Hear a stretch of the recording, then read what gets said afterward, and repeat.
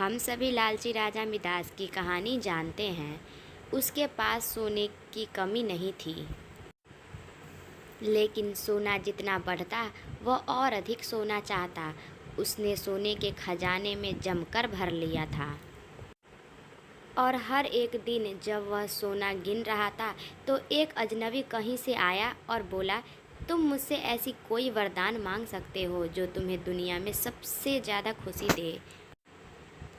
राजा खुश हुआ और उसने कहा, मैं चाहता हूँ कि जिस चीज़ को छूऊं वह सोना बन जाए।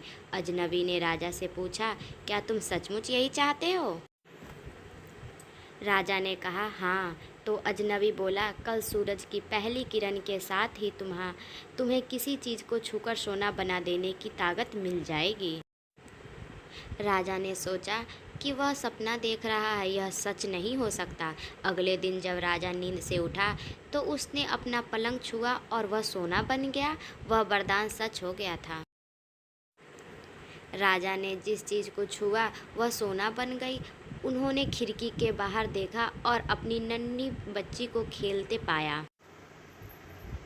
उसने अपनी बेटी को यह अजूबा दिखाना चाहा और सोचा कि वह खुश होगी, लेकिन बगीचा में जाने से पहले उसने एक किताब पढ़ने की सोची। उसने जैसे ही उसे छुआ वह सोने की बन गई। वह किताब को पढ़ न सका। फिर वह नाश्ता करने के लिए बैठा। जैसे ही वह फलों और पानी के गिलास को छुआ वे भी सोने के बन गए। लेकिन भूख बढ़ने लगी और वह खुद ही बोला, मैं सोने को खा नहीं सकता और पी नहीं सकता। ठीक उसी तरह उस समय उसकी बेटी दौड़ते हुए वहां आई और उसने उसे अपने बाहों में भर लिया। वह सोने की मूर्ति बन गई। अब राजा के चेहरे से खुशी गायब हो गई।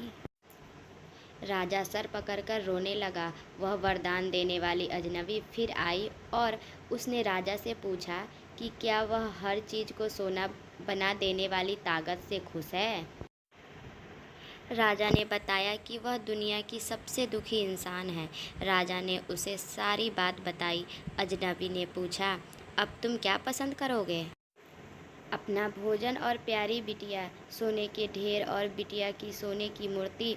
राजा ने गिड़गिड़ा कर माफ़ी मांगी और कहा, मैं अपना सारा सोना छोड़ दूंगा। मेहरबानी करके मेरी बेटी मुझे लौटा दो, क्योंकि उसके बिना मेरी हर चीज़ मूल्यहीन हो गई है। अजनबी ने राजा से कहा, तुम पहले से बुद्धिमान हो गए हो।